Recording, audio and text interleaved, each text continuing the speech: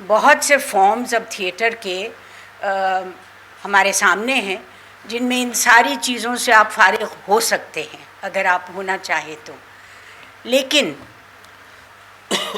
Radio ایک ایسا medium ہے جس سے پاکستان نے ان پرٹیکولر اتنا اچھی طرح سے استعمال نہیں کیا جتنا وہ ایک پاورفل میڈیم ہے۔ دیکھیے، جس ملک میں لٹریسی اتنی کم ہو، بہت کم لوگ پڑھ سکتے ہوں، خصوصاً بچیاں، دوسری طرف جسے ہم ادبی زبان کہتے ہیں، میرا پی ٹی وی سے ہمیشہ یہ جھگڑا رہا ہے کہ آپ عام فہم اردو کیوں نہیں بولتے؟ کوئی ضروری تو نہیں کہ آپ پرشینائزڈ ہی اردو بولیں تو ہی آپ کہلائیں گے کہ جی آپ صحیح اردو بولتے ہیں۔ یہ غلط ایک امپریشن ہے۔ تیسری بات یہ ہے کہ ریڈیو ایک ایسا میڈیم ہے، آپ لوگ تو تب پیدا بھی نہیں ہوئے ہوں گے، تھوڑے سے لوگ میری ہم عمر ہوں گے، لیکن جو نوجوان ہیں ان کو وہ وقت یاد نہیں ہوگا جب پاکستان ریڈیو پر ریڈیو ڈرامہ ہوا کرتا تھا، اور اس قدر خوبصورت آوازیں اس میں ہم نے سنی۔ محمد علی جو ہمارے مایہ ناز ایکٹر تھے، انہوں نے اپنے کریئر کی شروعات ریڈیو ڈرامہ سے کی۔ وہاں آواز پختہ ہوئی، وہاں تلفظ صحیح ہوا، اور پھر وہ آگے بڑھے۔ یہ تو باتیں بڑی اچھی ہو رہی ہیں کہ جی نوجوانوں کو ضرورت ہے اور ان کے لیے اپرچونٹیز ہونی چاہیے اور ان کے لیے ہمیں راستے کھولنے چاہیے، بالکل میں اگری کرتی ہوں، لیکن ایک شکایت مجھے نوجوانوں سے بھی ہے، بغیر محنت کیے کچھ حاصل نہیں ہوتا، حاصل ہو بھی جائے تو اس میں کوالٹی نہیں ہوتی۔ آپ یقین کیجئے کہ میں نے اپنا اردو کا تلفظ، حالانکہ میرے والد اللہ بخشے justice S A Rahman board for advancement of Urdu literature کے چیئرمین رہے تقریباً کوئی 20 برس، اور وہ اردو کے ادیب بھی تھے، اردو کے شاعر بھی تھے۔ امتیاز علی تاج صاحب، جنہیں ہم گنتے ہیں کہ انہوں نے سب سے پہلا اردو ڈرامہ اسٹرکچرڈ اور جو کہ ایک ورلڈ وائڈ ایکسیپٹنس کے لیول پر لکھا، وہ امتیاز علی تاج صاحب تھے۔ یہ لوگ بڑی محنت کرتے تھے۔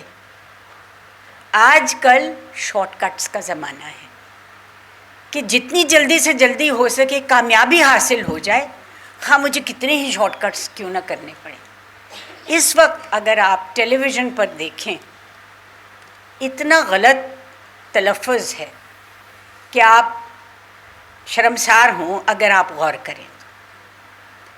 میں نے اردو بولنی اور صحیح بولنی تب سیکھی جب میں نے ٹیلی ویژن کا رخ کیا۔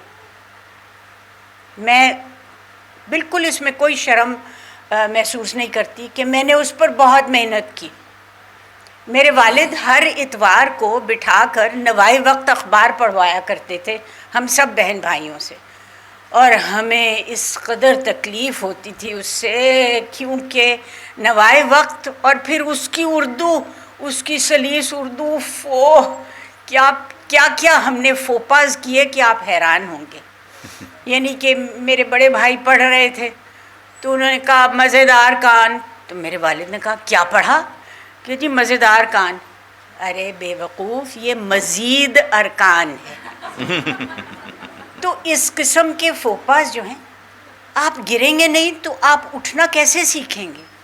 آپ محنت نہیں کریں گے تو آپ اپنے مقام تک کیسے پہنچیں گے؟ تھیٹر آسان کام نہیں ہے، let me state that very clearly. بہت مشکل کام ہے۔ نمبر ایک تو یہ بتائیے، آپ میں سے کتنوں کی ہمت ہے کہ وہ اسٹیج پر آئیں اور ہزاروں لوگ آپ کو دیکھ رہے ہوں اور آپ کی ٹانگیں نہ کانپیں اور آپ کی آواز نہ لرزے؟ یہ کیسے ہو سکتا ہے؟ یہ بڑی ہمت کا کام ہے جناب۔ تو ان سب لوگوں کو آپ ایک ہی اس میں، جسے کہتے ہیں نا ایک ہی کوزے میں بند نہ کیجیے. کچھ لوگ روزی روٹی کے لیے آتے ہیں، میرے جیسے لوگ اس کو ایز اے پلیزر سمجھتے ہیں، کیونکہ اللہ کے فضل سے مجھے روزی روٹی یہاں سے نہیں کمانی، تو بہت فرق پڑتا ہے. میں نے اور قوی نے جب دور جنون کیا تو قوی میرے بہت اچھے دوست تھے، تو یہی بات تھی. انہوں نے کہا بی بی بات یہ ہے کہ تم مستانی تھی، تمہاری تنخواہ وہاں سے آتی تھی، میری تو تنخواہ یہاں سے آتی ہے، اس لیے مجھے اتنے ڈرامے بھی کرنے پڑتے ہیں اور اتنی زیادہ محنت بھی کرنی پڑتی ہے. تو بہت ویریشنز ہیں. یہ کوئی آسان اسفیئر نہیں ہے کہ اس کو آپ بیٹھ کر 1 گھنٹے میں اس کا سارا تجزیہ کر لیں. لیکن میں یہ ضرور کہوں گی، ہر شخص میں ایک چھپا ہوا ایکٹر ہے. آپ ہر وقت ایکٹنگ کرتے ہیں، آپ سمجھتے نہیں. آپ دفتر میں کچھ اور ہوتے ہیں، آپ گھر آتے ہی کچھ اور بن جاتے ہیں. آپ بیٹے کے ساتھ کچھ اور ہیں، آپ بیٹی کے ساتھ کچھ اور ہیں. تو آپ نئے نئے کردار تو آپ بنا رہے ہیں. واہ. آپ کو تھیٹر میں جانے کی ضرورت نہیں ہے، آپ کی ساری زندگی ایک سٹیج ہے. واہ.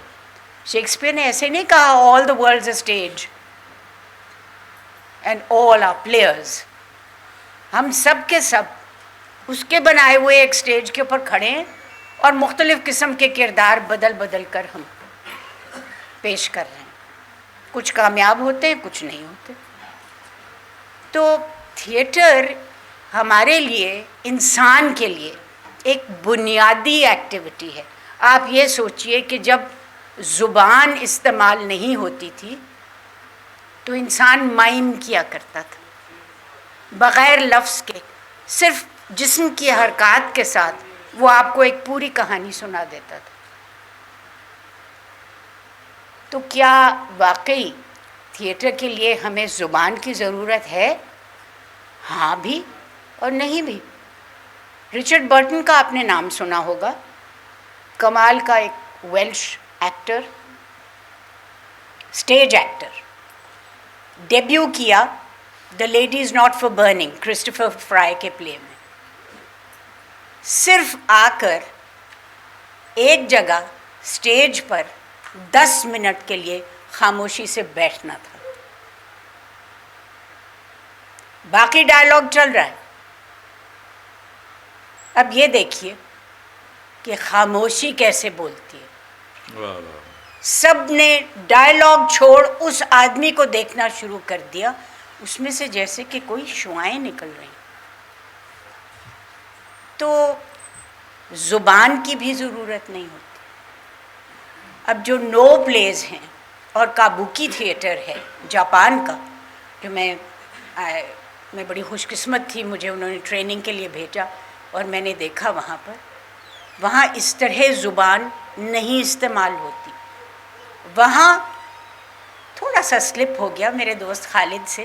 ان کا میوزک سے زیادہ کوئی چیز نہیں ہے جی، کیونکہ صرف میوزک کے حوالے سے نو اور کابوکی تھیٹر جو ہے اس میں جان ڈالی جاتی ہے. واہ. تو یہ سارے ایلیمنٹس ہیں. جیسے آپ کی ہنڈیا بغیر پسے ہوئے دھنیے اور ادرک اور لہسن اور پیاز اور ٹماٹر کے بغیر اچھی نہیں بن سکتی، اسی طرح یہ سارے ایلیمنٹس جب تک نہیں آئیں گے، زبان بھی ہو، زبان نہ بھی ہو، میوزک بھی ہو، میوزک نہ بھی ہو، مگر کچھ سکلز ایسے ہوں جس پر آپ کو محنت کرنے کی ضرورت ہے، اور وہ ہے لہجہ اور سوچ. آپ نے سمجھا کہ نہیں کہ لکھاری نے کیا لکھا ہے، کس قسم کا کردار لکھا ہے. آپ دیکھیے یہ آپ کی ساری سکلز جو ہیں، سوچ بچار کی، میموری کی. ہاں مجھے یاد ہے ایک بابا بڈھا آیا کرتا تھا، وہ اس طرح چلتا تھا، کیوں نہ میں بھی کوشش کروں اسی طرح چلنے کی کوشش کروں. دور جنون میں نے اپنے سلپرز کا جو الٹا پاؤں تھا اس کی ہیل اتار دی، دوسرے کی رہنے دی، تو خواہ کی ایک چال میں فرق آ گیا۔ اس قسم کی چیزیں آپ کو سوچنے پر مجبور کرتا ہے جب آپ ایک کردار سوچتے ہیں۔